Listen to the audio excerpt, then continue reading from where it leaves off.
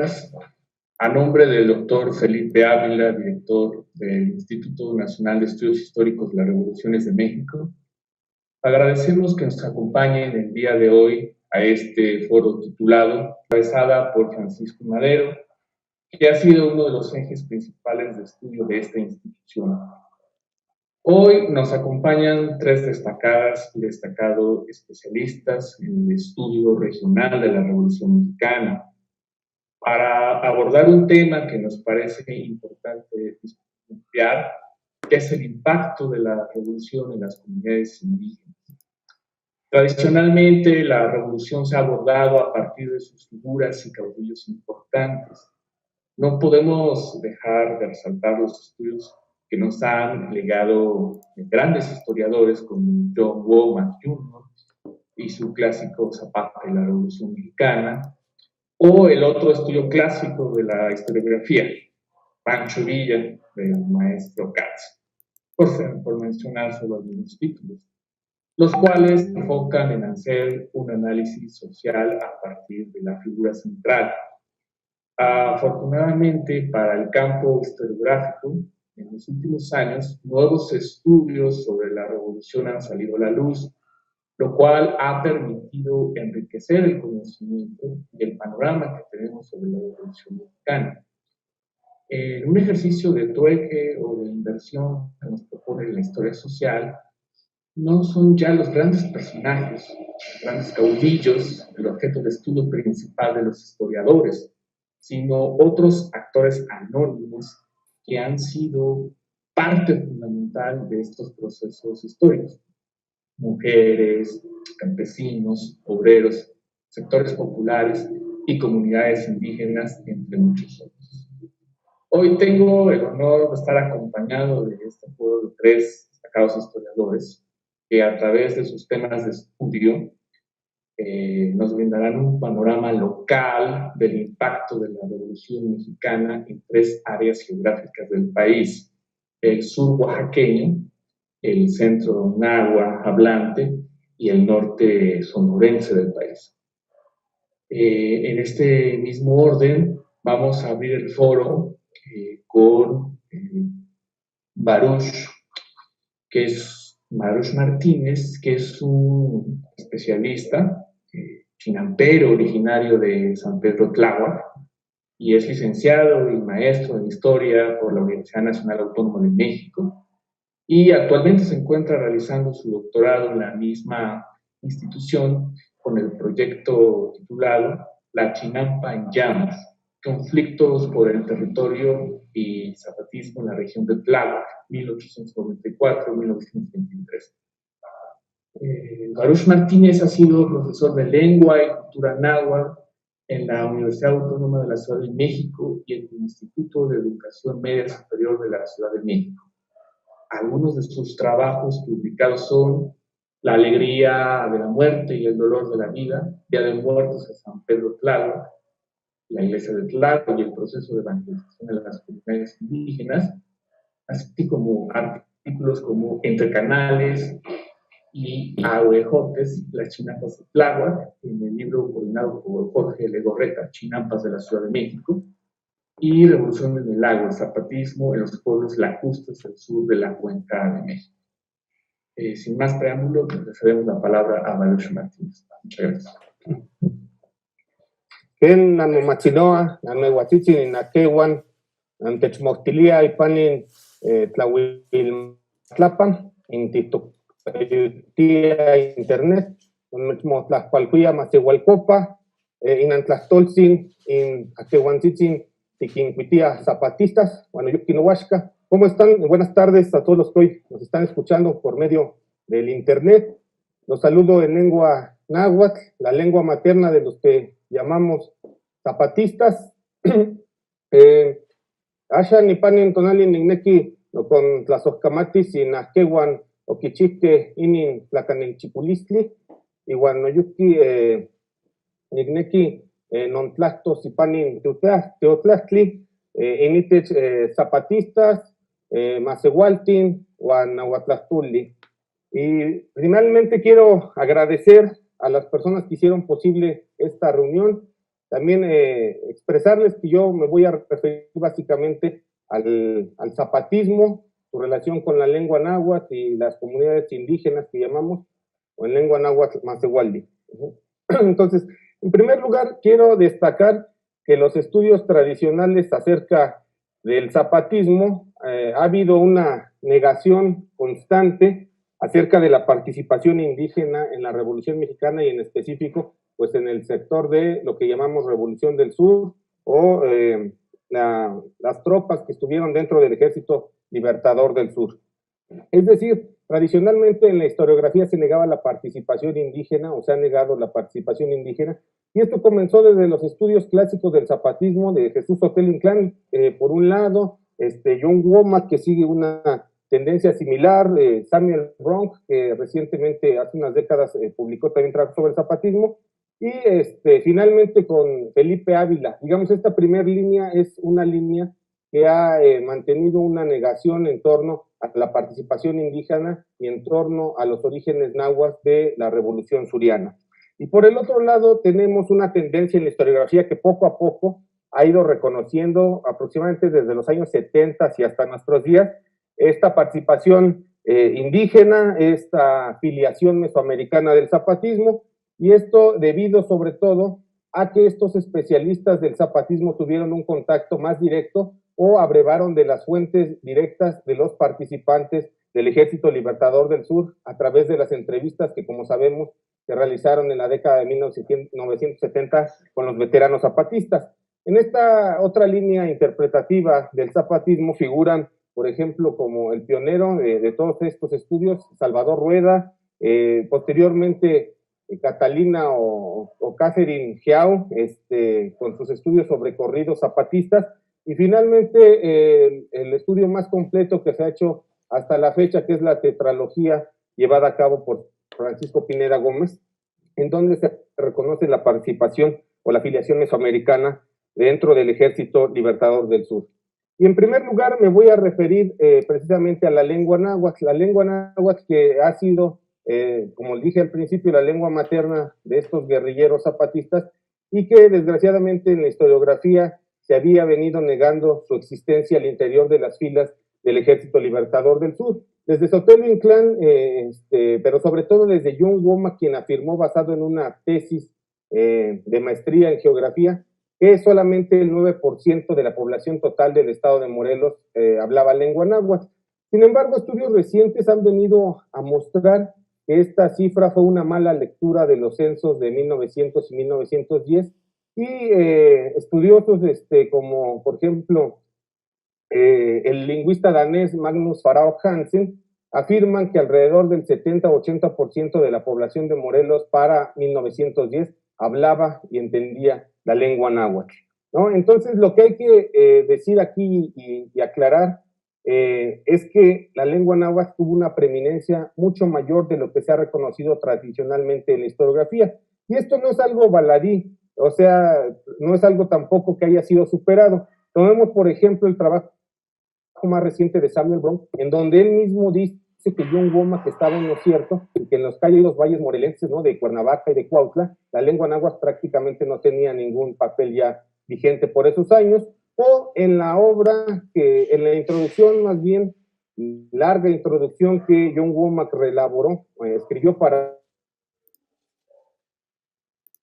que en el 2017 publicara el Fondo de Cultura Económica, en donde vuelve a insistir, a pesar de las pesquisas que otros investigadores como Miguel León Portilla o como Guillermo Bonfil Batalla, por ejemplo, hablaban de la presencia indígena y específicamente de la presencia náhuatl en el Ejército Libertador del Sur. Womack vuelve a decir que no, que en realidad el zapatismo en específico no tiene que ver nada con la cultura indígena náhuatl, y en cambio, digamos, cambia la interpretación o da un viraje en la interpretación, diciendo que la revolución zapatista es una revolución afromestiza y que no se podría explicar esta revuelta sin el componente afromestizo. Sin embargo, como desde la perspectiva que yo vengo estudiando desde hace varios años, es una perspectiva que pone más énfasis en la cultura de los pueblos, ¿no?, en su relación con su territorio. Lo que tenemos aquí básicamente en el territorio zapatista, y es algo que ya otros investigadores lo habían descubierto, es un extenso territorio que no se circunscribe a la región. La muestra también la dan los corridos zapatistas o las llamadas bolas surianas. En su estudio, por ejemplo, Catalina Geao menciona que la métrica de la poesía náhuatl dio mucho al sentido de las mismas bolas surianas, que no se podría explicar la métrica de las bolas surianas sin atender al ritmo de las antiguas poesías épicas de origen náhuatl, ¿no? Eso por otro lado, eso por un lado digo, y por el otro, también había que repensar que la misma figura del general en jefe del Ejército Libertador del Sur, Emiliano Zapata Salazar, ha sido, digámoslo, desvinculada de la lengua náhuatl, y esto sí por un pasaje citado por Jesús Sotelo Inclán, en donde él afirmaba que cuando a Zapata los ancianos de Anenecuilco le entregan los títulos primordiales del pueblo, venía un mapa de origen colonial con inscripciones en náhuatl, y que Zapata no lo pudo entender, y entonces mandó a su mano derecha, Francisco Franco, al pueblo de Tetelcingo para que se lo tradujera. Ahí en Tetelcingo tampoco encontró a alguien capaz, en Tetelcingo encuentra a una persona, solo a una persona capaz de traducirle el documento, y se trataba en realidad de un sacerdote del párroco originario del pueblo de Tepoztlán, llamado Pedro Rojas. Este sacerdote fue el único que pudo traducirle este documento, y entonces Sotelo Inclán, a partir de este hecho, interpreta que Zapata no tenía un conocimiento alguno de la lengua o del idioma náhuatl, lo cual, desde luego, si lo vemos con mayor cuidado, con mayor detenimiento, es fácil explicar esto, y desde luego no significa que Zapata no conociera la lengua náhuatl. Es decir, un documento colonial, como sabemos nosotros, y hasta la fecha lo sabe cualquier hablante de la lengua náhuatl, es un documento antiguo que no puede ser leído tan fácilmente por cualquier persona. En Tetelcingo, para 1910, más del 90% de la población hablaba lengua náhuatl, y ninguno de estos nahuablantes fue capaz de traducirlo, porque se trataba efectivamente de un documento antiguo de origen colonial, con una variante dialectal que ya era inexistente para entonces en el centro de México. El párroco lo pudo realizar porque recordemos que los estudios religiosos, ¿no? Es decir, ordenarse para sacerdote, una de las lenguas obligatorias que tenían que estudiar los sacerdotes era la lengua náhuatl, y la aprendían a través de gramáticas coloniales. Entonces es fácil inferir que el sacerdote pudo realizar esta labor porque tenía un conocimiento erudito de la lengua náhuatl y más de la variante dialectal del siglo XVII, XVIII más o menos, ¿no?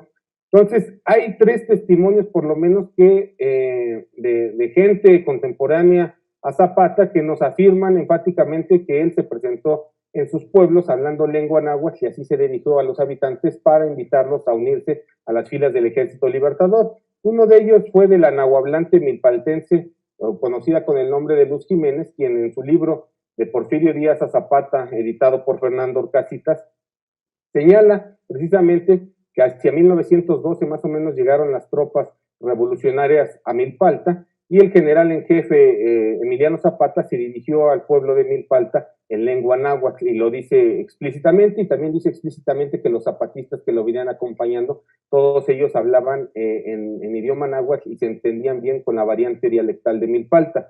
El otro testimonio que también corresponde a 1912 es el de doña Isabel Bueno, una nahuablante originaria del pueblo de San José de los Laureles, municipio de Tlayacapan, en donde también afirma que cuando entraron por primera vez los zapatistas a su pueblo, invitaron a toda la población a unirse a la Revolución del Sur, y lo hizo el general Zapata hablando en lengua náhuatl. Y finalmente un testimonio de 1914 del pueblo de San Francisco Tlaltenco, al sur de la Ciudad de México, en la hoy alcaldía de Tláhuac, en donde Juana Orihuela nos dice que cuando en julio de 1914, llegaron los zapatistas a ocupar la plaza y a entregar grados militares a los zapatistas locales, el general Zapata habló directamente con doña Juana Reynoso, Orihuela, quien le estaba ofreciendo de desayunar, y se dirigió a ella en lengua náhuatl, diciendo que primero le diera de comer a la tropa. Entonces, estos testimonios nos dan cuenta de la preeminencia que tenía la lengua náhuatl en las comunidades de origen zapatistas, y que ha sido un hecho que se ha negado en la historiografía de manera enfática. Luego, por otra parte, una serie de rituales y de creencias ligadas sobre todo al trabajo de temporal. Sabemos que en la zona zapatista era una zona en donde se elaboraba el cultivo de la milpa, es decir, el cultivo del maíz y asociados otros productos como el frijol, la calabaza, el chile, pero no solo eso, sino una variedad más grande de productos. Este cultivo era muy importante para los pueblos y su producción siguió siendo muy importante para las comunidades durante cientos de años. Y esto se ve claramente reflejado cuando en estudios, por ejemplo, como los de Horacio Crespo y los del mismo Felipe Ávila, han dicho que uno de los factores explicativos para el estallido de la Revolución Suriana en el estado de Morelos no fue tanto el robo de las tierras comunales hacia los pueblos zapatistas que desde antes ya habían perdido, sino sobre todo que las haciendas con la tecnificación y modernización que habían venido realizando en los últimos años comenzaron a meter más zonas de riego para el cultivo de la caña de azúcar y entonces los arrendatarios originarios de los pueblos que antes les eran permitidas, les eran rentadas esas tierras para la producción de milpa, fueron desplazados y esto fue lo que incentivó a que muchos de ellos decidieran unirse a las filas del Ejército Libertador del Sur. Es claramente un conflicto civilizatorio, como bien lo ha explicado Francisco Pineda. El zapatismo básicamente podríamos resumirlo así como un conflicto civilizatorio entre la civilización del maíz, ¿no? Cuyos portadores eran los pueblos zapatistas surianos, de origen mesoamericano, y entre la civilización de azúcar, cuyos portadores, cuyos miembros más destacados, pues eran los hacendados y sus administradores, ¿no?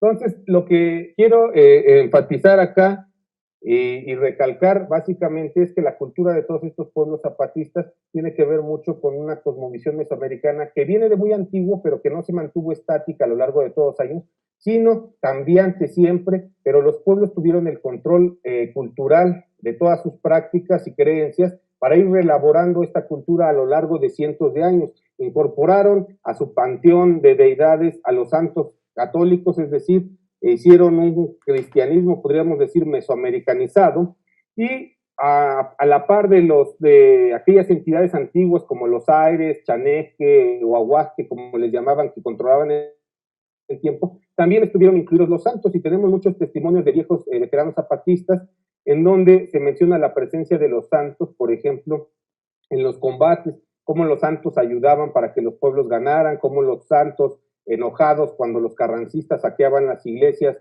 derrotaban al enemigo, cómo los santos eran trasladados a otros lugares para que evitaran, digamos, fueran robados, porque los santos para los pueblos mesoamericanos representan también un territorio, son también los que dan el temporal, el buen o mal temporal, son aquellos santos a los que se les pide que no granice, que no caigan tempestades y que sí llueva para seguir realizando sus actividades agrícolas, que básicamente, como les decía, tienen que ver con el cultivo de la milpa.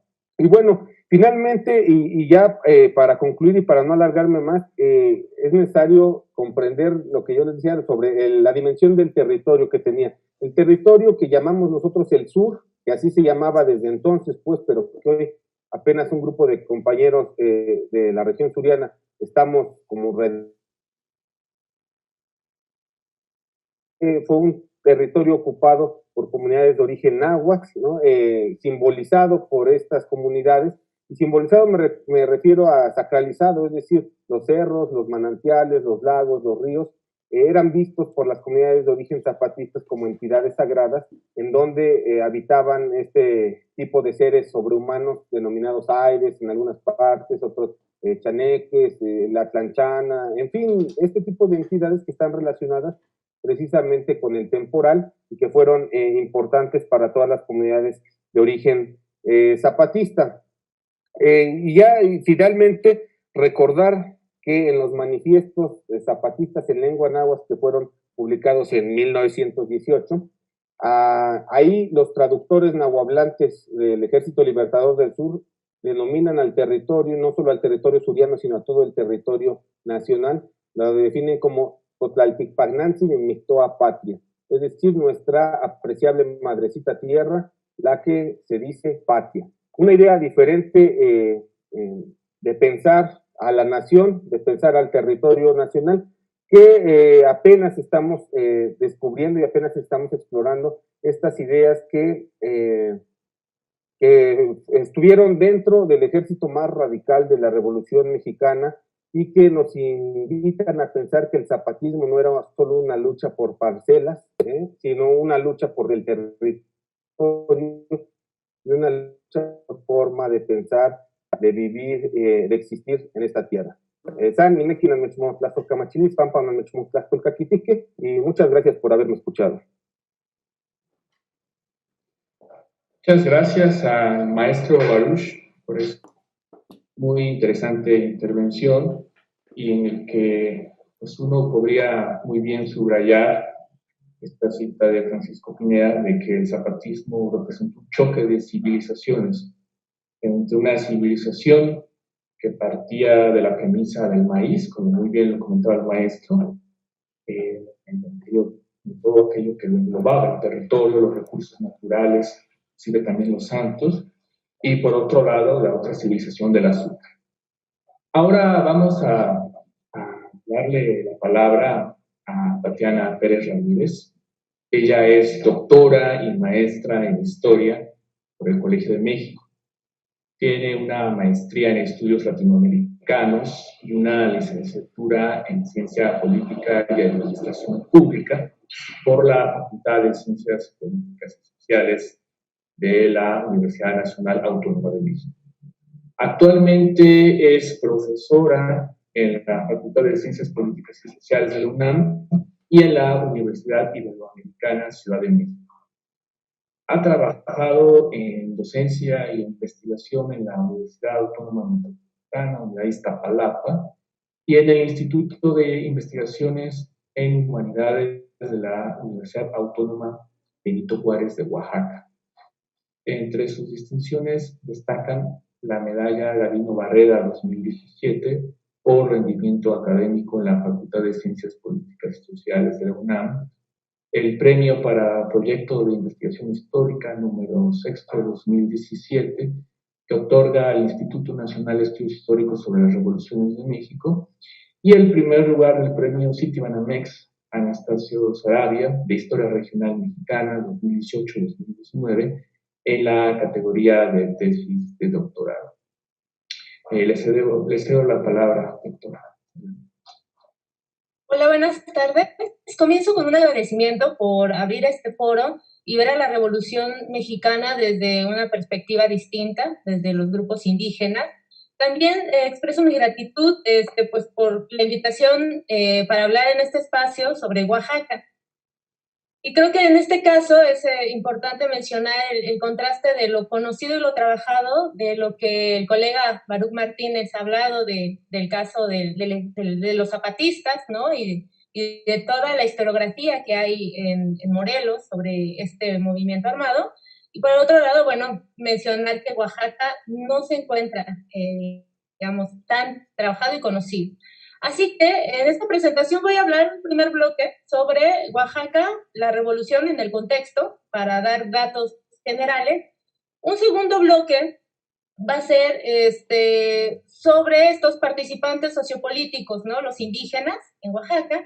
Y un tercer punto que desarrollaré los resultados de mis investigaciones en la Sierra Juárez, que es la región que yo trabajo. Bueno, la Revolución Mexicana o el proceso de la revolución fue heterogéneo, generado históricamente y de gran complejidad sociopolítica y cultural con marcados contrastes regionales. Este movimiento armado se vivió de distintas formas, dependiendo de las características locales y a partir de la incursión de múltiples grupos sociales.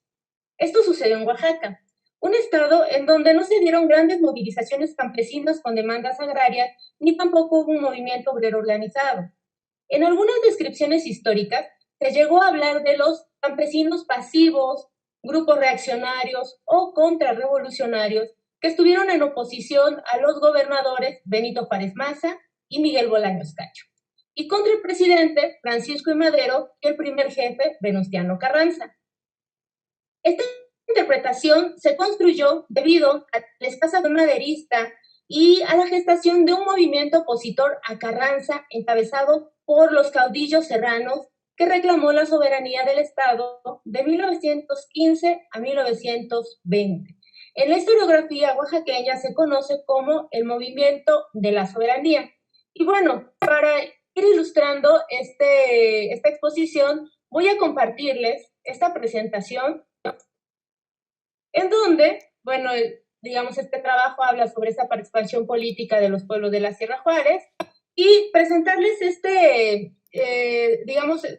esta primera diapositiva en donde se puede apreciar de manera muy gráfica y muy general este movimiento de la ciudadanía en el contexto, digamos, de la revolución y lo que se conoce de la revolución en Oaxaca. ¿Qué sabemos sobre estos soberanistas? Bueno, hay elementos, sobre todo en la historiografía de los años 80 que lo trabajó, destacó ciertos rasgos de este movimiento. Uno de ellos, el liberalismo, porque fueron defensores de la tradición decimonónica de la defensa de la Constitución de 1857.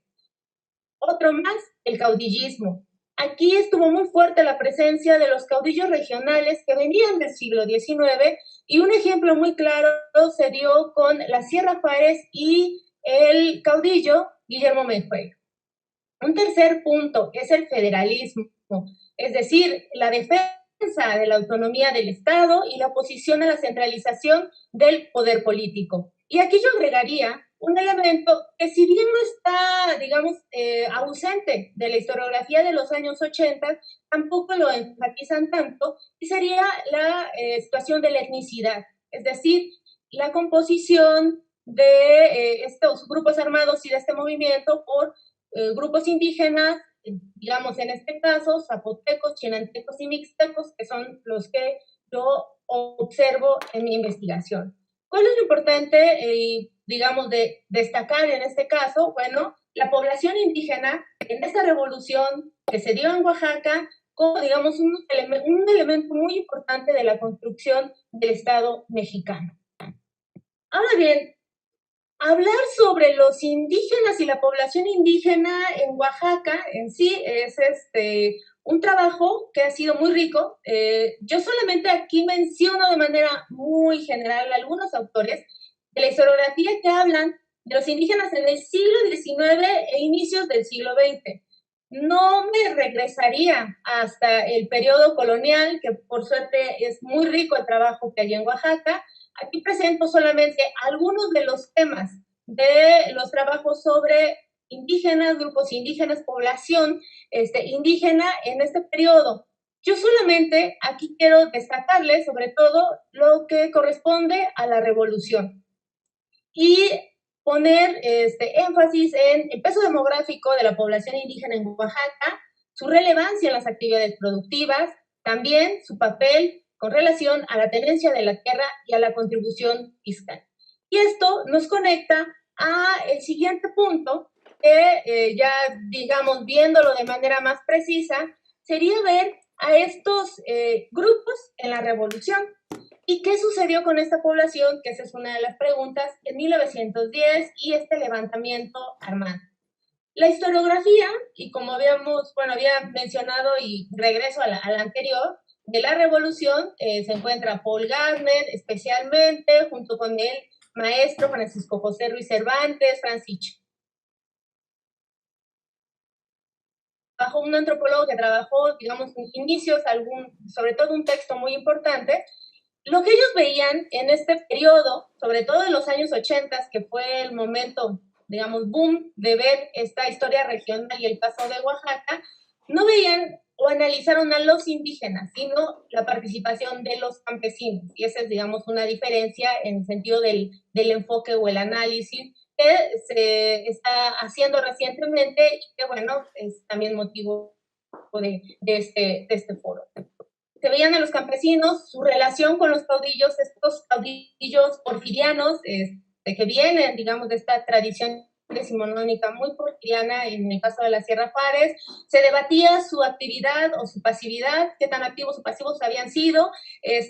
Hubo una tendencia, sobre todo, a ver más esta actividad y reivindicar a los oaxaqueños como también personajes y sobre todo actores que estuvieron en constante movimiento y movilización en este tiempo. Y también el destacar la diferencia en las regiones. Y aquí el movimiento de la soberanía, conviene señalar, en 1915 se declara la soberanía del Estado cuando ya vienen las tropas de Carranza sobre Oaxaca.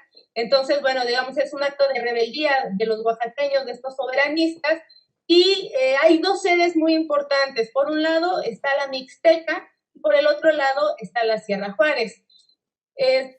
Ponerme a explicar cada uno de los motivos y cada detalle de este movimiento sería extenderme demasiado. Solamente aquí quiero poner énfasis en que este movimiento tiene una sede política en donde está Tlaxiaco, y la población mayoritaria de esta parte es la Mixteca, y por el otro lado hay una sede militar, y esa se da en el distrito de Ixtlán, o también conocido como digamos, como región, como la Sierra Juárez. Y bueno, aquí les presento de manera bastante, pues, gráfica el paisaje de la Sierra Juárez. Bueno, es importante mencionar que dentro de sus rasgos se encuentran que forman parte del conjunto montañoso de la Sierra Madre Oriental. Y bueno, en su medio físico se aprecia que están, digamos, predominan los cerros, el Río Grande, ¿no? Es el principal afluente, y podemos encontrar población indígena asentada desde el periodo colonial, desde aquellos pueblos de indios. En el caso de mi trabajo, yo, además de ver estos elementos del medio físico, yo lo que observo es que, y de la población chinanteca y zapoteca de este espacio, también se va conformando gracias a los nexos políticos y a la historia, ¿no? Es una historia que se empieza a tejer desde mediados del siglo XIX aproximadamente, o yo creo que sería más preciso decir que empieza a hacerse una configuración más visible en esta segunda mitad del siglo XIX. Y aquí, bueno, podemos ver que en su papel o posición central se encuentra el municipio de Ixtlán.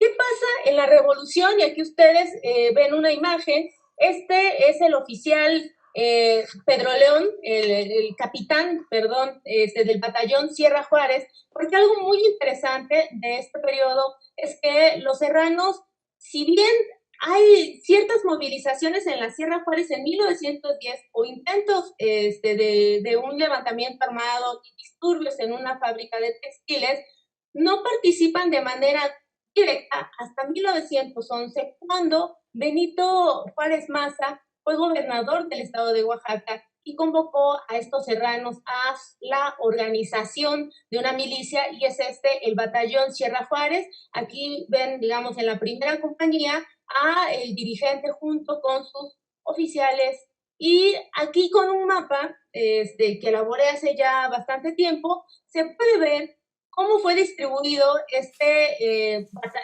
batallón Sierra Juárez. Fue dividido en 3 compañías. Y aquí dentro de las compañías lo que se aprecia es una asociación, sobre todo la primera compañía en el municipio de Ixtepeji, con la cabecera Ixtepeji y la agencia Nesicho. Una segunda compañía donde el dirigente era de Onofre Jiménez de Ixtlán, que cubrió la parte de los municipios de Atepec, Altianguis, y también, digamos, la agencia en ese tiempo municipal Guelatao. Y una tercera compañía en donde estuvieron otros pueblos que tenían como sede a la Chatao y al capitán Isaac Ibarra, quien convocó a estos. Y algo muy interesante de observar aquí en este mapa es que este puntito, bueno, digamos, verde entre estos rojos, fue Analco, un pueblo que se agregó a la tercera compañía y que, digamos, se salía un poco de más o menos la norma de vecindad o cercanía de la asociación de estos pueblos. ¿Qué sucedió en este caso? Analco no participó con esta segunda compañía, y de acuerdo con las interpretaciones de los estudiosos y las investigaciones que hemos desarrollado, bueno, tiene que ver mucho por sus conflictos de límites de tierra que tenía con Atepec. Este es un ejemplo muy interesante de cómo Atepec fue un pueblo de indios que en el periodo colonial tenía como barrio a Analco, y ya para el siglo XIX Analco se erige como municipio. conforman una municipalidad en Analco, y en el periodo de la revolución previo a en el siglo XIX tuvieron muchos problemas. Vemos que aquí en la revolución, y este es un ejemplo de cómo se asocian, y sí tiene que ver, digamos, las pugnas, y pugnas que tienen mucho tiempo, o digamos que son de largo aliento. Ahora, este batallón, más allá de mostrar que hubo una organización muy unificada, que hicieron frente a los serranos para defender al gobernador Juárez Maza, lo que mostró también fueron las grandes diferencias entre estos pueblos, entre sus dirigentes. Y bueno, algunos estudios que he hecho recientemente sobre esto también han demostrado que esta primera compañía, si bien al inicio mostraba un solo municipio, bueno, he encontrado la participación de más pobladores, es decir, esta primera compañía tenía más, como una conformación municipal en este caso. Y también algo que sucedió con este batallón, que al deshacerse, ¿no?, por problemas que hubo y sobre todo el deceso de Juárez Maza en 1912, bueno, lo que se genera es un enfrentamiento armado y algo que en la historiografía se conoce como la revuelta ixtepejana, que yo he nombrado en un artículo reciente que publiqué como la guerra entre municipios, o donde yo reviso cuáles habían sido, digamos, la participación y las acciones de cada uno de estos municipios en estos enfrentamientos. Algo que se aprecia de este levantamiento es que Ixtlán es el centro hasta ese momento, pero con la formación del batallón había sido desplazado a un segundo término, porque el primer lugar se lo dieron a Ixtepeji y a Pedro León con su, digamos, compañía, su primera compañía. En este caso, esta revuelta está encabezada por Pedro León, pero tiene el apoyo de muchos otros municipios, de otros pueblos, y atacan a Ixtlán. Es un ataque que dura aproximadamente de 6 a 8 meses, en donde Ixtlán logra sobrevivir gracias a aliados, uno de ellos Atepec, otro más Yolox y Iotepec, que aquí conviene mencionar que estos pueblos de aquí arriba ya son de la Chinantla, mientras aquí, digamos, esta parte de la sierra son zapotecos. Pongo énfasis en esto de que este levantamiento armado también lo que va a dejar en el escenario es problemas muy antiguos entre Ixtepeji e Ixtlán, pero también participan otros pueblos que tienen problemas con Ixtlán y que también tienen otro tipo de motivaciones en este contexto de 1912. Y bueno, aquí solamente pongo algunas imágenes para ilustrar el movimiento armado en la Sierra Juárez en este periodo, y pues importante ver la composición de estos cuerpos armados. Digamos, siguiente mapa me ayuda a explicar, y para que ustedes vean que, bueno, después de esta revuelta de 1912 hay una recomposición. Al final, Ixtlán gana, la cabecera del distrito gana con apoyo del gobierno y un movimiento de alianzas muy interesante. Finalmente gana y es el triunfador de esto y de crear nuevas alianzas. En este mapa pongo los aliados en 1913, es decir, a los otros pueblos con los que formó y tomó comunicación Ixtlán para este tiempo, para el año del circuito, si no estuvieron otros más. Luego, en 1914, hay un levantamiento armado también en Oaxaca, la rebelión del 14, que así se conoce. Lo que hacen aquí en la Sierra Juárez es organizarse. Y aquí tienen nuevamente un batallón, el del 14, que se muestra aquí en la imagen, que es bastante deficiente la imagen, pero bueno, aquí está, digamos, la asociación de los grupos. En el centro está Ixtlán, al frente, con la primera compañía, y con sus, digamos, vecinos, Jaltianguis, Analco, Atepec. Por el otro lado está la segunda compañía, que son estos pueblos mancomunados, y así se llaman desde el periodo colonial, que están en torno a la Chacao, y aquí se agrega este tercer grupo, que son los chinantecos, que están, digamos, con la sede en Quiotepec, y están participando Yolox y Comaltepec. Este es de 1914.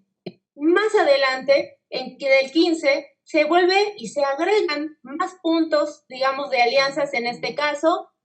Está Capulalpan, está Teococuilco, está una agencia de Ixtlán, Tepanzacualcos, y también se agrega otro municipio, Macustequis.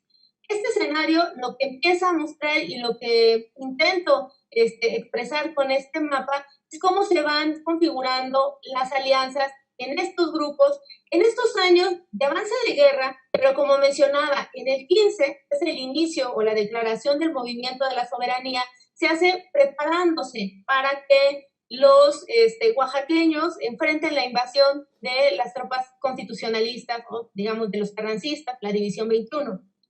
Hay una reorganización importante en el 16, que es cuando se da la avanzada más importante del constitucionalismo. Y aquí Ixtlán, bueno, se puede ver, y sobre todo en esta área, tiene más conexiones y sobre todo sus tropas están distribuidas y están asociadas en toda esta área, y aquí ya se incluye a Ixtepeji para 1916, y esta parte ya decía, la Chatao y Amatlán mantienen su territorio, y por el otro lado los municipios de la Chinantla. Y aquí también cabe destacar que esos municipios fueron para activa en el siglo XIX, apoyando a Porfirio Díaz en 1876 con el plan de Tuxtepec.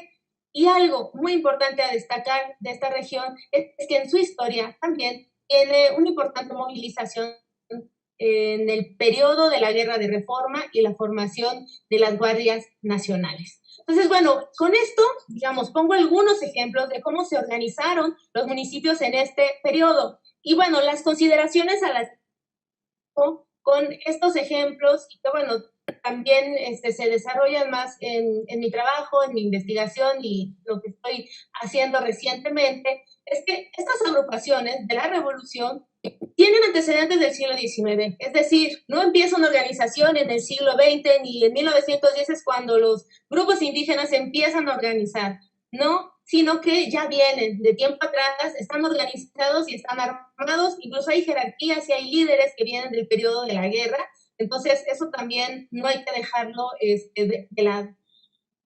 Otro punto, las alianzas.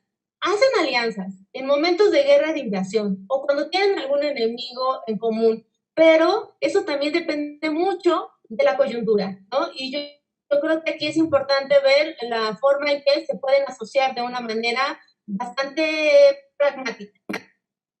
Otro punto, los conflictos. Hay conflictos y esos se ven mucho más en este momento, digamos, en el periodo del enfrentamiento, conflictos por límites de tierra, jerarquías políticas, y aquí es muy importante ver las relaciones entre las cabeceras y las agencias municipales, ¿no? Dentro de un mismo municipio. Y hay también aspectos culturales que tienen que ver con problemas, sobre todo aquí con el saqueo de las iglesias, con el robo de los santos, un poco recordando lo que mencionaba Baruch Martínez hace unos momentos, que, bueno, también generan diferencias y pugnas entre los pueblos. Dentro de las motivaciones, hay bastantes motivaciones. Una de ellas, y que sale a principios de 1911, es la capitación. Se pide que no se pague ese impuesto, o más bien que se reduzca, no que se elimine, que se reduzca el impuesto de capitación.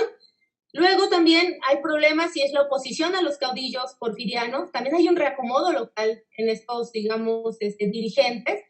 Otra cosa importante, la defensa del territorio, eso es ante las invasiones. Otras motivaciones tan sencilla y tan complicada como es el sobrevivir en el momento de la guerra.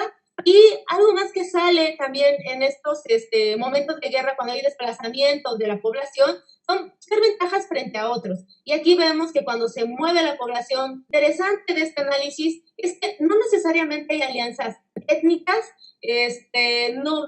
Sí hay en momentos, digamos, un movimiento más unificado entre los chinantecos, pero no necesariamente eso quiere decir que no se alían en algunos momentos con los zapotecos.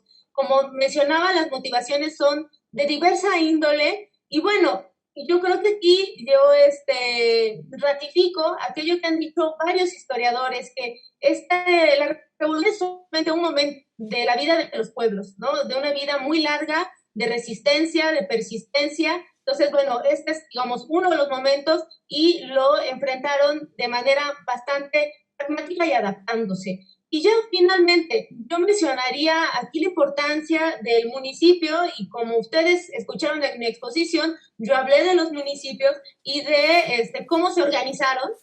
Yo no hablo de comunidades indígenas en mi investigación. Bueno, creo que también en términos de conceptos y de categorías de trabajo para quienes hacemos historia, es importante también considerar eso y buscar otras denominaciones, que eso es lo que yo hago en la investigación.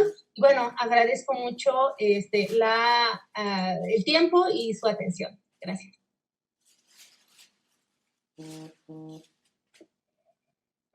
Muchas gracias a la doctora Tania Pérez por esta muy interesante radiografía histórica, en donde de manera acertada y de manera muy interesante tocó algunas de las dimensiones que competen la experiencia revolucionaria en Oaxaca, como los antecedentes, la cuestión municipal, el tema geográfico, el tema étnico y, por supuesto, también la problemática historiográfica que lo envuelve. Ahora vamos a darle la palabra a la historiadora Ana Luz Ramírez Zavala. Ella es licenciada en Historia por la Universidad de Sonora, maestra y doctora en Historia por el Colegio de México, y desde el 2015 es profesora e investigadora del Centro de Estudios Históricos de Región y Frontera del Colegio de Sonora. Recientemente concluyó el proyecto Políticas de Asimilación Indígena, y ella ha publicado artículos de revistas, capítulos de libros, y sus líneas de investigación versan sobre el indigenismo, el proceso de formación del Estado mexicano, la historia de los grupos indígenas de Sonora. Adelante, doctor. Muchas gracias. Voy a compartir pantalla.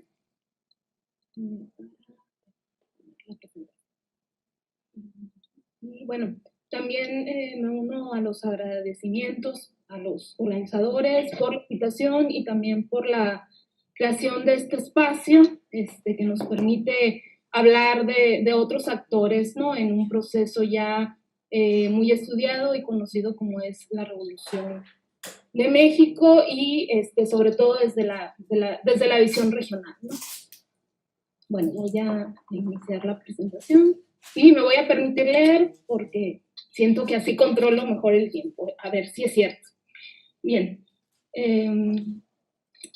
Héctor Aguilar Camín, en su obra Saldos de la Revolución, apuntó, cito, es probable que la historia yaqui de 1876 hasta 1930 deba describirse como si la revolución no hubiera existido. Fin de la cita. Bueno, teniendo en cuenta que los revolucionarios sonorenses, durante sus administraciones en el gobierno estatal y federal, implementaron las mismas medidas que sus antecesores porfiristas en contra de los yaquis, incluyendo la persecución militar y la deportación, a pesar de la participación que estos indígenas tuvieron en el movimiento armado. En este trabajo, bueno, se tratará de profundizar sobre esta percepción que, bueno, también es parte de mi tesis doctoral, ¿no?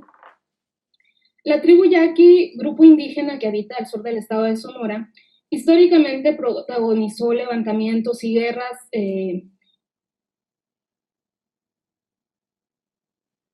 en defensa, sobre todo del reconocimiento de su autonomía, la posesión de su territorio y sus recursos, y en su cosmovisión todos estos elementos les fueron dados por mandato divino.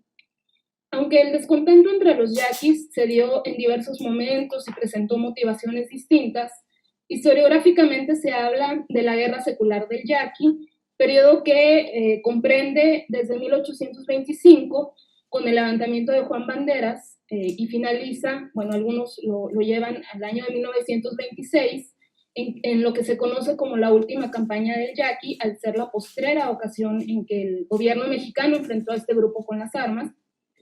Y otros autores consideran que este proceso se dio por terminado a finales de la década de 1930, una vez que por resolución presidencial de Lázaro Cárdenas fue reconocida la posesión comunal del territorio a la tribu yaqui, como ellos se llaman, ¿no? Cabe destacar que la Organización para la Guerra, heredada de la época misional, también permitió a este y a otros grupos indígenas de Sonora negociar sus intereses a través de alianzas militares que establecieron en diversos momentos con distintas élites regionales y grupos contrahegemónicos, ¿no? Después del porfiriato, los yaquis se encontraban dispersos debido a la guerra y a la política de deportación. Habían salido de sus pueblos para refugiarse en diversos lugares del estado de Sonora, en la Sierra del Bacateve, como ellos la llaman, o Bacatete, como se conoce en la geografía nacional, mientras que otros cruzaron la frontera hacia Estados Unidos. Durante la Revolución, los yaquis pudieron negociar con la nueva clase política sus intereses a cambio de su colaboración en diferentes eventos de la lucha armada. Se ha identificado su apoyo en el maderismo, el huertismo, el constitucionalismo, todo desde Sonora, ¿no? El maitorenismo, que es un movimiento regional en apoyo al gobernador José María Maitorena, y cuando este fue vencido, los que lo secundaron se unieron a los villistas cuando llegaron a Sonora. Mientras que otro sector, bueno, ahorita vamos a hablar de cómo participaron en distintos sectores, acompañó a Obregón en su expedición por Occidente y el Bajío, y en 1920 se adscribieron al Plan de Agua Prieta. Como se puede observar, su participación no solo se redujo al territorio sonorense, pues salieron algunos voluntariamente a otros estados de la República, mientras que otros fueron incorporados como fuerzas auxiliares al ejército luego de haber sido desterrados de su territorio o deportados como se conocía en ese entonces. Cabe destacar que en este proceso los yaquis actuaron en grupos diferenciados, apoyando a diversos bandos. En la historiografía se han reconocido 3 grupos: los leales o militaristas, los mansos y los rebeldes o conservadores. A este último grupo, se componía por la dirigencia militar Yoeme, que aportó su fuerza bélica imponiendo condiciones a sus aliados, relacionadas con demandas de interés común como el regreso de los deportados, el desalojo de los mestizos y del ejército de su territorio, que estaba ahí desde el porfiriato, así como el reconocimiento de su autonomía. Entre los líderes que destacan, aunque pues hay muchos otros, ¿no? Desconocidos, Luis Matus, Ignacio Mori, Luis Espinosa, Juan José Gómez y Felipe Sierra, conocido como Cibalaón.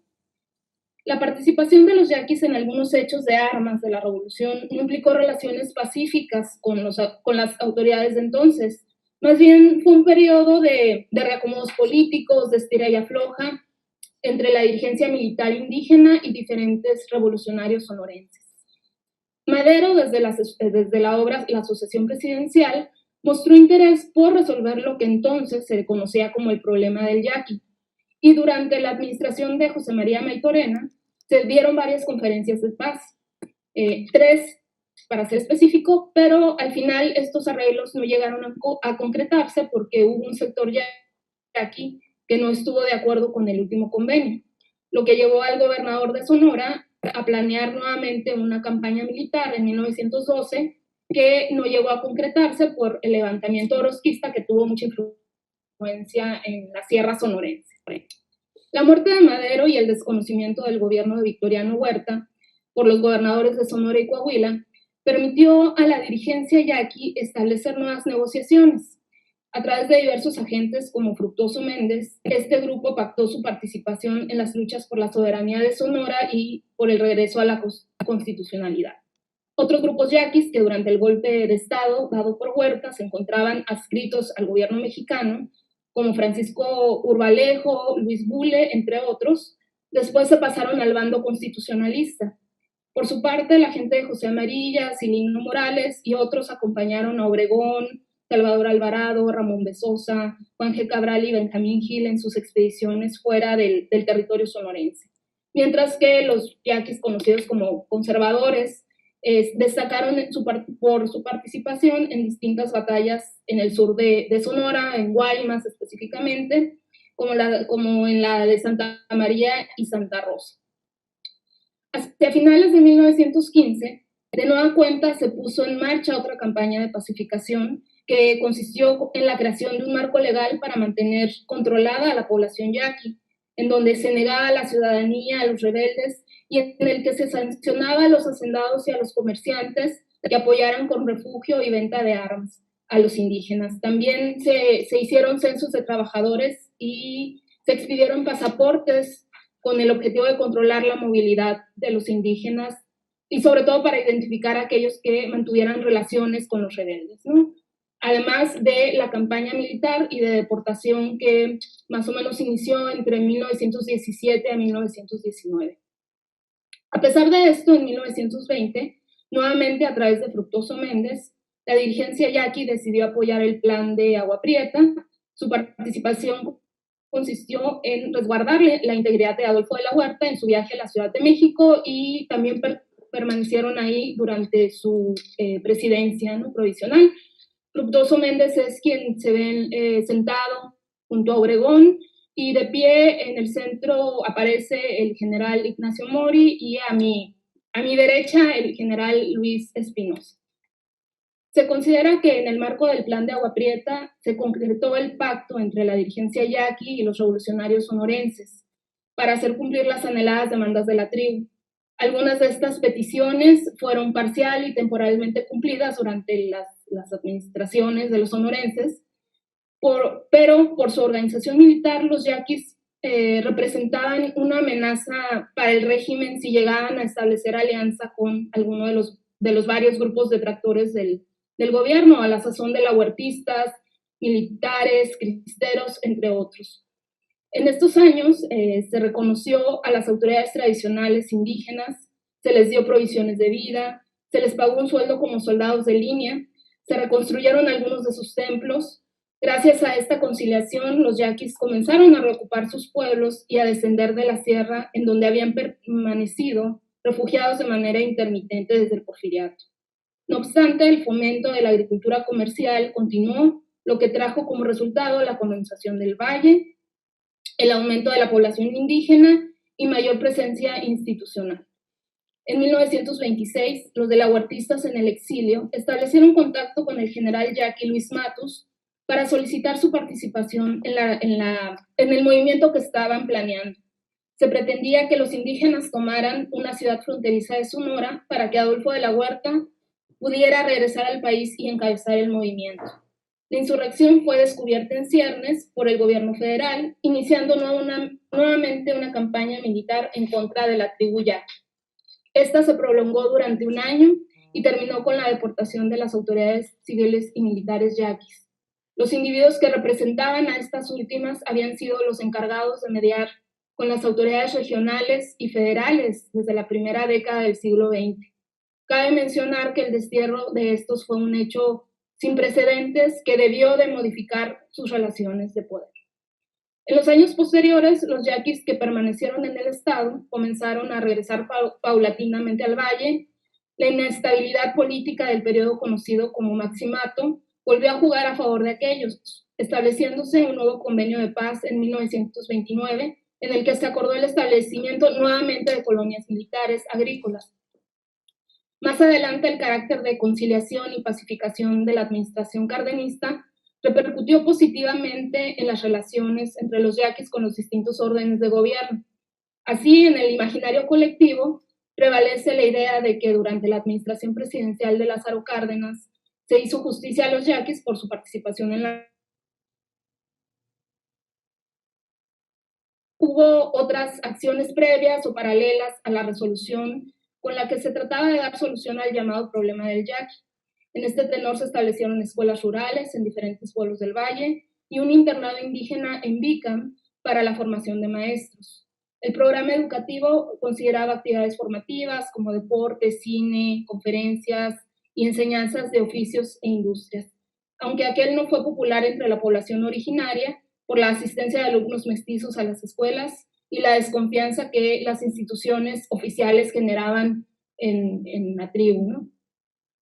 La organización del territorio yaqui en colonias agrícolas militares implicó la incorporación de un sector de la tribu al ejército, quedando organizados en 3 batallones auxiliares. A través de esta agencia, el gobierno dotó de labranza y enseres. Hasta 1938 la comandancia de las colonias agrícolas militares estuvo al mando de una autoridad del ejército mexicano que se encargaba de coordinar a todas las acciones y a todas las instituciones, ¿no?, que administraban algún tipo de recurso.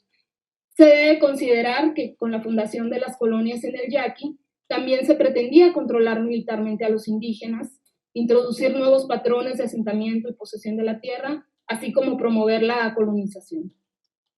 En este contexto, el gobierno federal promovió el regreso de los yaquis deportados durante el porfiriato, la revolución, así como de los desplazados por la guerra.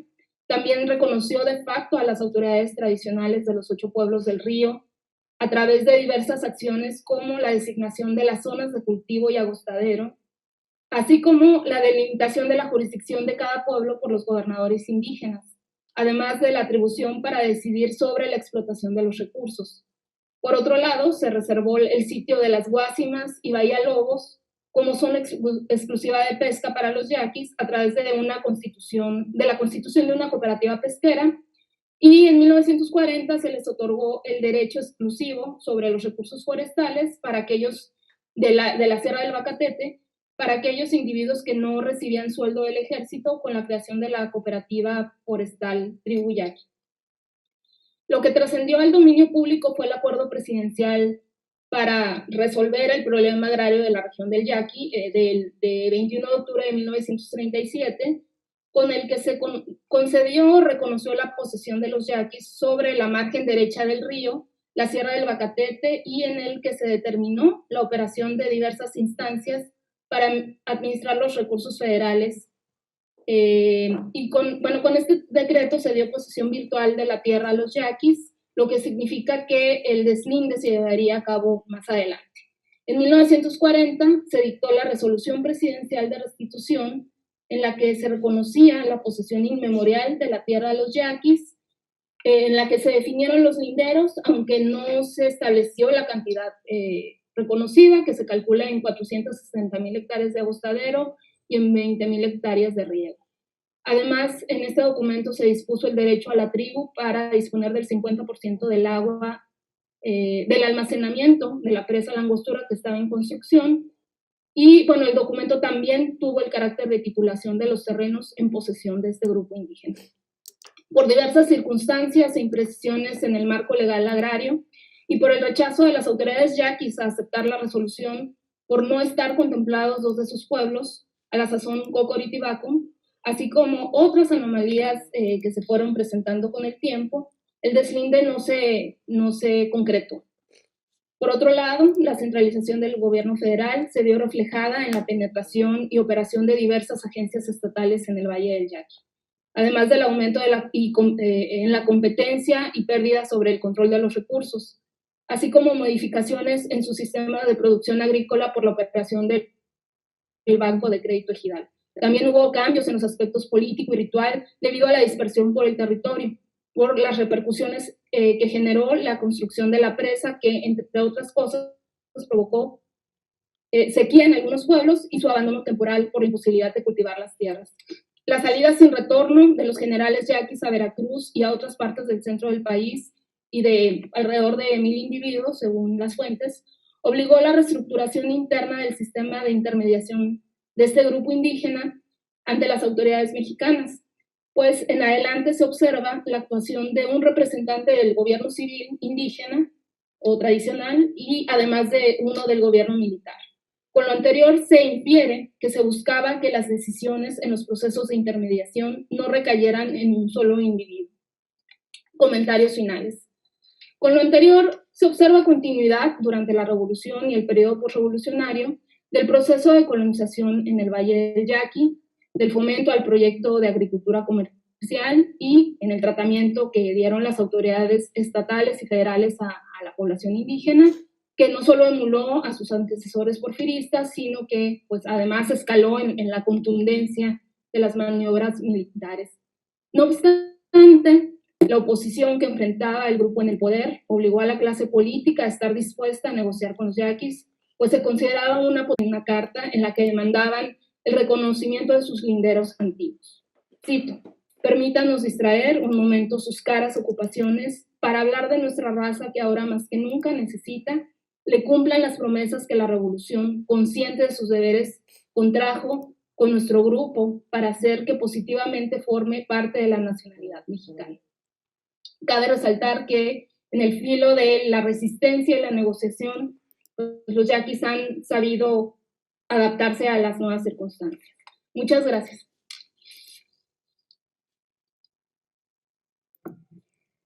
Muchas gracias a la doctora Ana Luz Ramírez también por esta muy interesante y sintética radiografía histórica, que creo que sí era muy importante que se expresara, porque como muchas personas que han tenido la oportunidad de leer la relación de los yaquis y la Revolución Mexicana, ha sido muy difícil seguir la pista por toda esta serie de alianzas, rupturas, procesos, hasta que el gobierno de Lázaro Cárdenas se restituyen algunas hectáreas de sus tierras y bien podríamos decir, ¿no?, este proceso que se extiende incluso mucho antes del porfiriato en el proceso de colonización de sus tierras y sus recursos naturales. Pues bien, tenemos numerosa participación en las redes sociales. Hay muchos saludos, algunas preguntas. Nos mandan saludos desde la ciudad de Guatemala, también desde Mérida, nos están viendo en Tepoztlán, Morelia, Michoacán, Tlaxiaco y en Jalapa, Veracruz. Y en relación a las preguntas, en el caso de Baruch, preguntan de manera concreta: ¿por qué considera usted que se ha dejado de lado la participación de los pueblos indígenas dentro del campo historiográfico de la Revolución Mexicana? Esa es una de las preguntas que dirige Juan Pablo Pinzón a Baruch.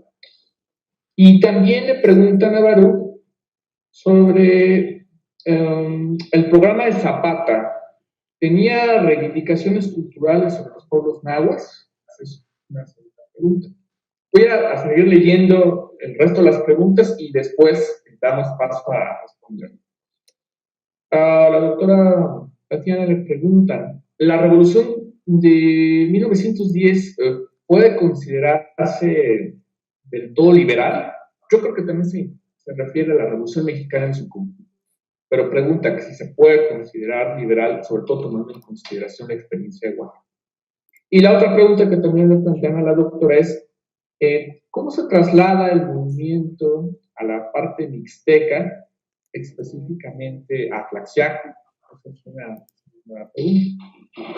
Y a la doctora Ana Luz Ramírez, Fernando Alcoci, pregunta: ¿qué continuidades, rupturas y diferencias observa usted entre la cuestión yaqui del porfiriato y la cuestión yaqui de la Revolución Mexicana?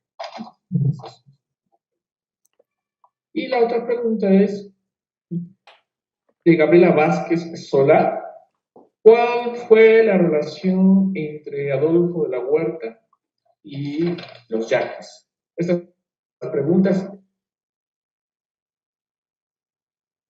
Adelante, tenemos 5 minutos cada quien. Tiene la palabra en el mismo orden, Baruch.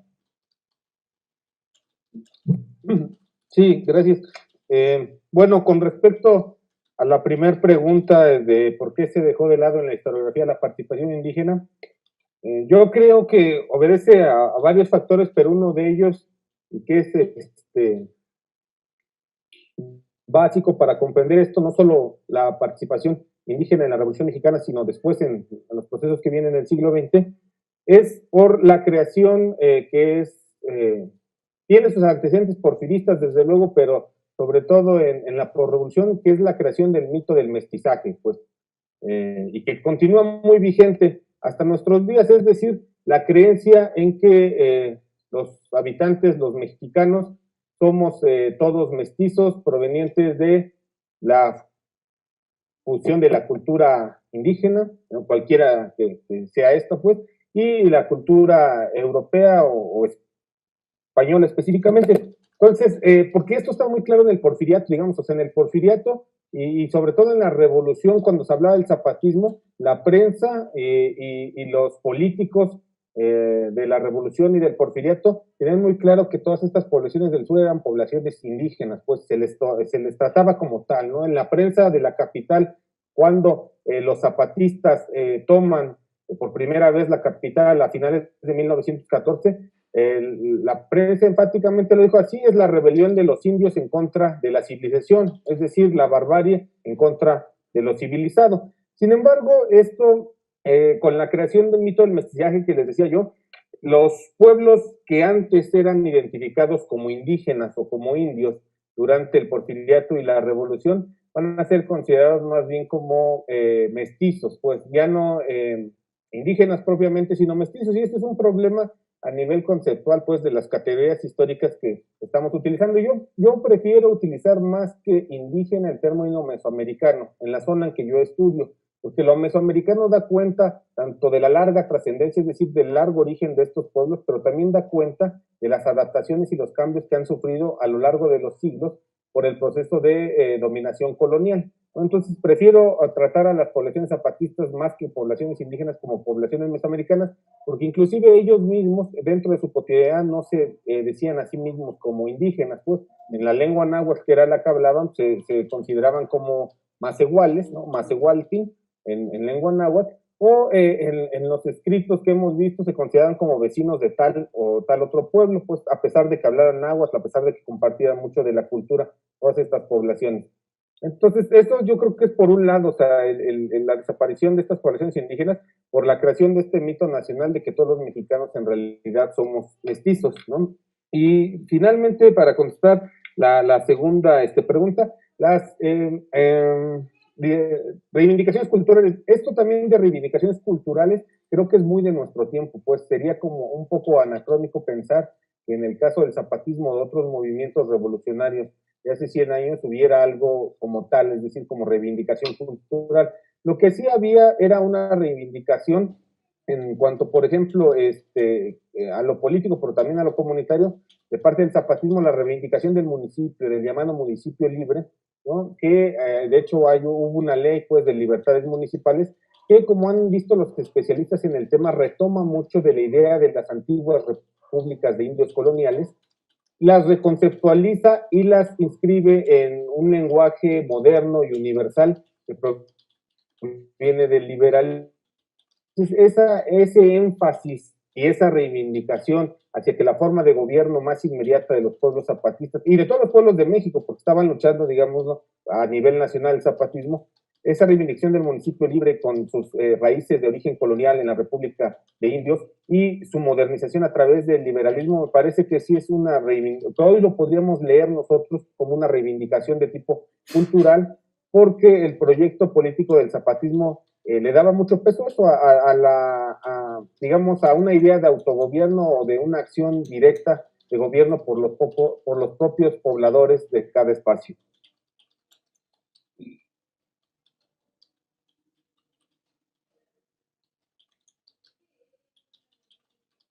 Perfecto, muy bien.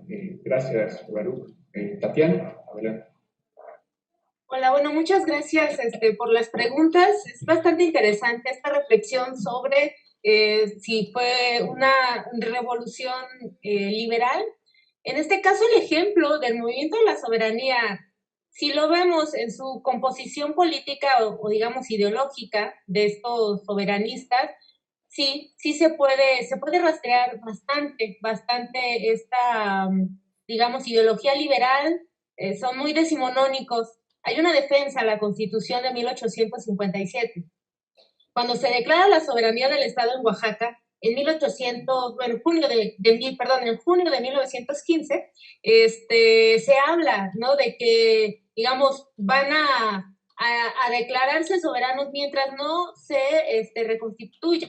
En cuestiones armadas, la tradición armada también es la que se forja en el periodo de la Guerra de Reforma, de Intervención. Entonces, también estas milicias cívicas, pensándolo así, también vienen de ahí, ¿no? Y la reorganización más o menos, digo, no es que sean las mismas agrupaciones, pero hay patrones comunes o una experiencia, ¿no? Que responde a este periodo. Entonces, en el caso de Oaxaca sí se encuentra, ¿no? En estos elementos que acabo de mencionar.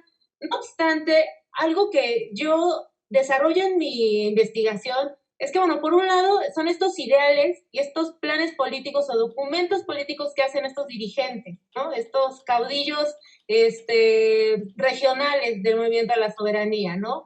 Menjueiro, sobre todo Guillermo Menjueiro, y bueno, Fidencio Hernández, que estuvo en un tiempo, y José Inés Dávila, ¿no? También, que es un personaje, digamos, con un perfil porfiriano bastante claro. Ahora, una cosa son estos dirigentes, estos pronunciamientos, y creo que hay distancia de aquellas motivaciones de la población que participa, ¿no? De estos pobladores, de los municipios, ¿no? De aquellos que están en estos cuerpos armados que expuse, tienen, como ponía en mi presentación, motivaciones de diversa índole, ¿no? Cuestiones políticas, sociales, incluso culturales. Entonces, creo que esa es una diferencia y hay que marcar la pauta, y precisamente eso es lo importante, ¿no? de ver en ese tipo de foros, que las motivaciones de la población indígena son muy variadas y no necesariamente responden, ¿no? O a una descripción ideológica muy clara de acuerdo con lo que dicen los dirigentes.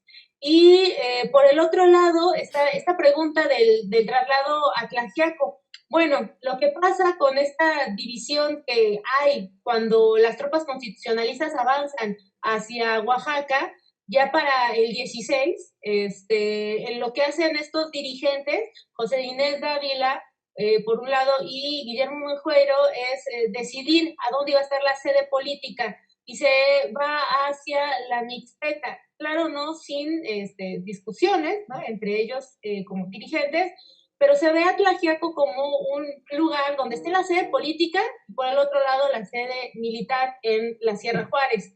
En el caso, bueno, y el ejército de las Fuerzas Defensoras del Estado, que era, digamos, el ejército grande, se divide, y la sede política que se va a Tlaxiaco es un proceso que también está involucrado ahí la Brigada Mixteca, que es uno de los elementos, digo, yo es algo que no lo trabajo, pero yo recomendaría mucho de ver este cambio. Está la tesis de Miriam Herrera Cruz, El movimiento de la soberanía en la Mixteca de Oaxaca, es una tesis de la Universidad Autónoma de Aguascalientes, en donde ella hace un análisis de este desplazamiento, y bueno, de manera muy general también se va a Tlaxiaco como un lugar que puede, digamos, puede dar espacio a más movimientos para los dirigentes, pues lo que la Sierra Juárez, por su situación geográfica, pues era, digamos, era inaccesible, pero también era difícil, ¿no? Moverse y salir de la sierra. Entonces, bueno, hay cierta estrategia, pero también tiene que ver con intereses políticos, y ahí está el jefe político en el caso de Tlaxiaco, pero creo que todos esos detalles yo recomendaría más leer la tesis de Mía. Perfecto, muchas gracias, doctora. Y ahora le damos la palabra a la doctora Ana Luz. Bien, muchas gracias por las preguntas. Con respecto a la primera, de continuidad, de las diferencias entre el porfiriato y la revolución y la cuestión yaqui. Bueno, yo ver la organización militar de los yaquis desde la época colonial, siglo XIX, y esta tradición de participar en distintos eventos políticos, negociando sus intereses, bueno, eso me parece, podría ser una continuidad que se observó en la revolución. En el porfiriato esto fue distinto, porque tal vez el grupo político estaba más unificado. Una cuestión de diferencias que yo observo es en cuestión de la deportación, por ejemplo. La deportación durante la revolución fue menor, o sea, fue menor el número de deportados, más o menos por ahí se calculan alrededor de más de 2,000, ¿no? Yo he calculado alrededor de unos 2,400, 2,500. El destino hacia donde iban deportados los yaquis, que era a las fuerzas del ejército, o a las fuerzas más bien revolucionarias, a las distintas fuerzas revolucionarias, y a través de la tradición oral se sabe que, digamos, ese destino fue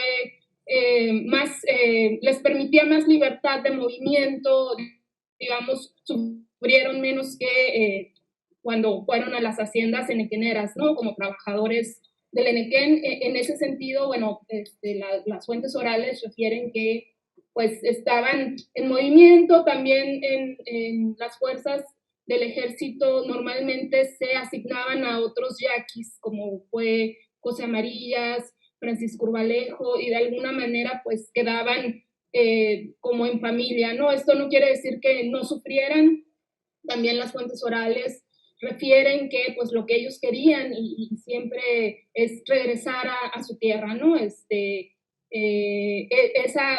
puede ser otra de las diferencias, ¿no? Entre el porfiriato y la revolución, y en el tratamiento que se les dio a los yaquis. Y bueno, que tuvieron en la revolución, considero, pues tuvieron oportunidad de negociar en varias ocasiones, ¿no? Aunque pareciera o no pareciera, sino que pues, no se cumplieron en muchas de las ocasiones, o se rompieron estos pactos, estos convenios, pero en distintas ocasiones por la problemática política y justo por esta organización militar, pues les permitía estar negociando constantemente. Y en cuanto a la relación de la Huerta con los yaquis, bueno, es como del dominio público historiográfico, decir que, o sea, bueno, pero no está, o por lo menos yo no lo he encontrado bien investigado, que el abuelo de Adolfo de la Huerta, Torcuato de la Huerta, bueno, era un español que en 1828, cuando se pide la salida de los españoles en Sonora, se refugia en el Valle del Yaqui y se casa con una yaqui. Entonces, bueno, ahí es como en la historiografía se ha relacionado la buena relación de los yaquis con Adolfo de la Huerta. Yo lo que puedo, bueno, yo sí encontré a un Torcuato de la Huerta en documentos hacia 1830, entonces seguramente era él.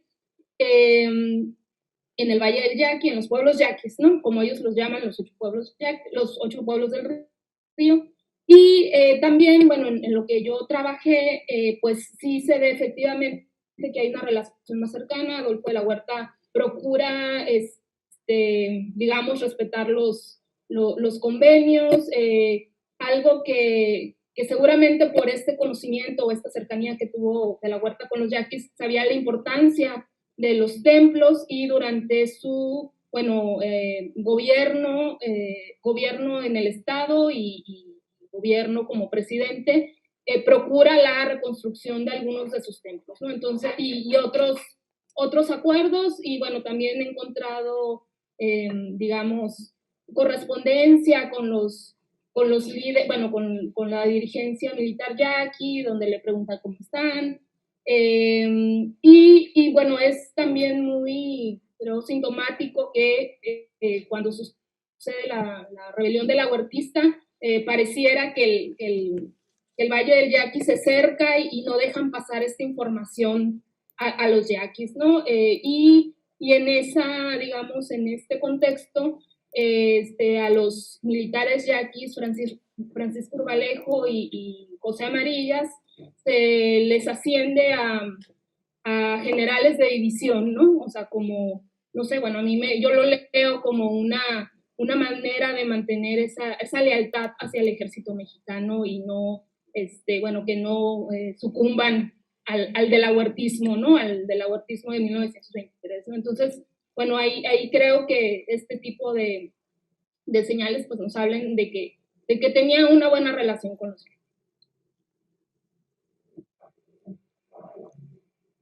Muy bien, muchas gracias, doctora Ana Luz. Y hay algunas preguntas que comparten el mismo común en las comunidades indígenas. La pregunta lo plantea Katy Girat y creo que bien puede responderse a partir de estas 4 experiencias, de estas 3 experiencias. No sé si quiere comenzar Baruch.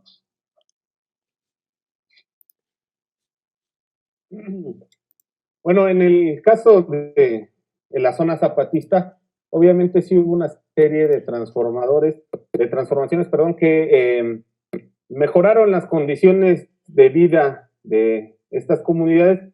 Las dos más importantes, desde luego, fue la destrucción de esta institución de origen colonial que fue la hacienda y el reparto agrario que se dio en las décadas posteriores vía restitución y vía dotación de tierras, que fueron importantes y que sí mejoraron las condiciones de vida de las comunidades. Sin embargo, y hay que decirlo claramente también, el proyecto zapatista no fue el proyecto que se aplica a esta zona, pues, del Ejército Libertador del Sur, porque en el proyecto político del zapatismo, realmente el actor principal revolucionario eran las propias comunidades en armas que se repartían en territorios según normas consuetudinarias.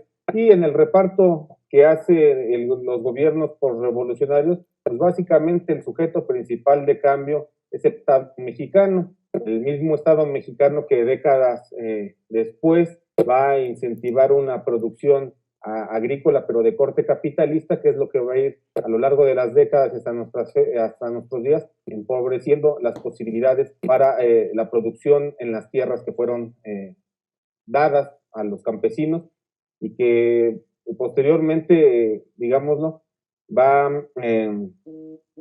si en un primer momento fue fructífero el reparto agrario y los campesinos se beneficiaron de ello, a la postre y a lo largo de las décadas por las políticas del gobierno mexicano, este mismo reparto agrario se va a ver como insuficiente y va a provocar un empobrecimiento nuevamente de las comunidades de origen zapatista.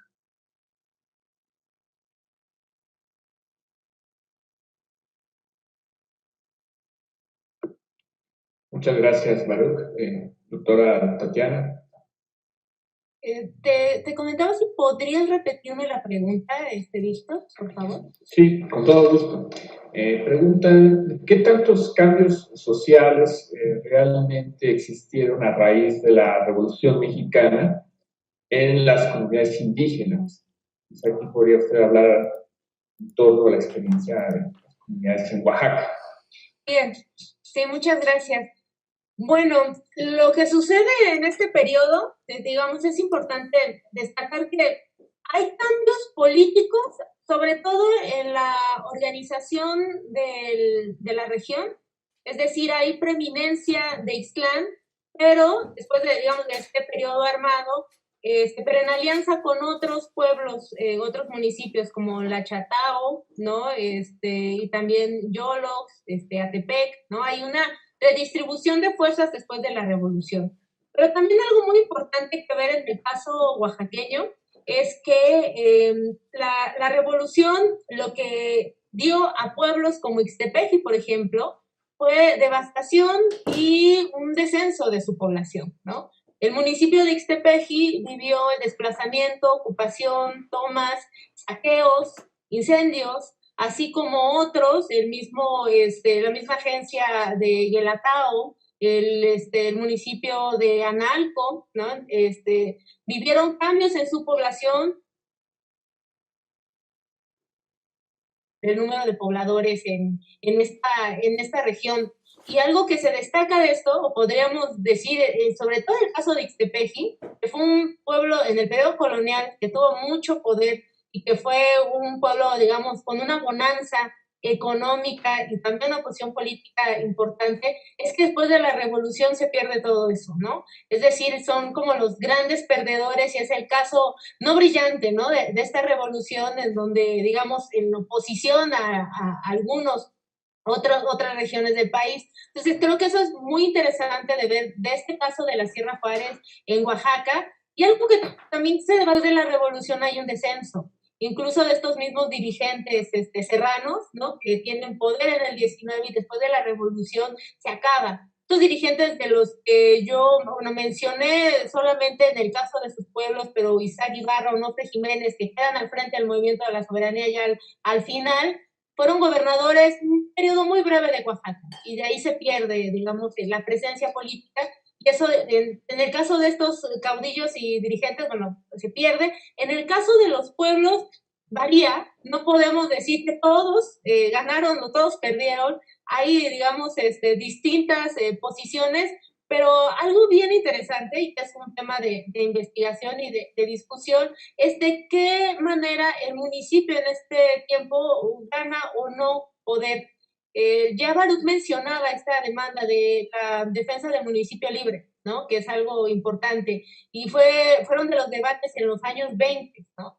En el caso de la Sierra Juárez es muy curioso, estos municipios lograron hacer organizaciones de ayuntamientos, alianzas, bien complejo, pero creo que se tendría que ver las diferencias entre pueblos, pero no podemos decir que hubo cambios o de unas transformaciones sociales muy positivas, ¿no? Yo creo que hay muchos matices que destacar en esto.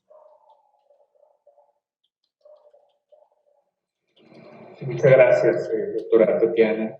Doctora Ana Luz. Sí, bien. Pues bueno, yo creo que el principal que se ha manejado historiográficamente es el fin de la lucha armada, pero a partir ya de este último momento del que yo les hablo, ¿no? Ya en el régimen de Cárdenas, pues antes no podemos hablar de eso.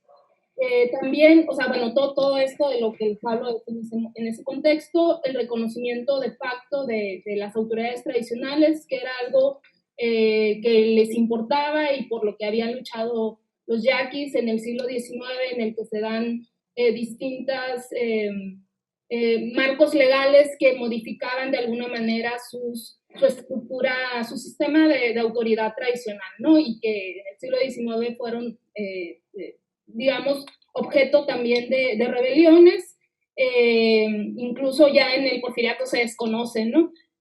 También, pues, otro cambio, bueno, que considero que se ve como positivo, pues, el reconocimiento del territorio, aunque, bueno, como les mencionaba también, pues, finalmente hubo ahí situaciones que impidieron que realmente se llevara a cabo el deslinde y que con el tiempo determinaron pues también en la invasión, ¿no? Del territorio. Otros matices a estos cambios puede ser la penetración de instituciones y autoridades autoridades de distintos niveles en el territorio yaqui, y así también la presencia de población indígena que finalmente pues determina el conflicto interétnico, ¿no? Y también, bueno, algo pensando también en lo que se ha mencionado aquí sobre el aspecto del municipio, en este tiempo, bueno, en los 20s, el territorio yaqui, que antes quedaba comprendido en un municipio, en el de Guaymas, en estos años se divide entre dos municipios, que es el de Cajeme y Guaymas, ¿no? El Cajeme es el que se crea en estos años, y de alguna manera, pues, dividía a los pueblos, ¿no? Pues unos ya tenían que resolver ciertas situaciones con autoridades municipales de otro municipio y otros de otra, ¿no? Entonces se ha visto también eso como, pues en general la presencia institucional para ellos es vista pues de manera negativa, ¿no? Y bueno, esos podrían ser algunos de muchos, ¿no? Como ya mencionaba, también cambios en sistemas de producción, en formas de riego, todo eso. Y muchas gracias, doctora.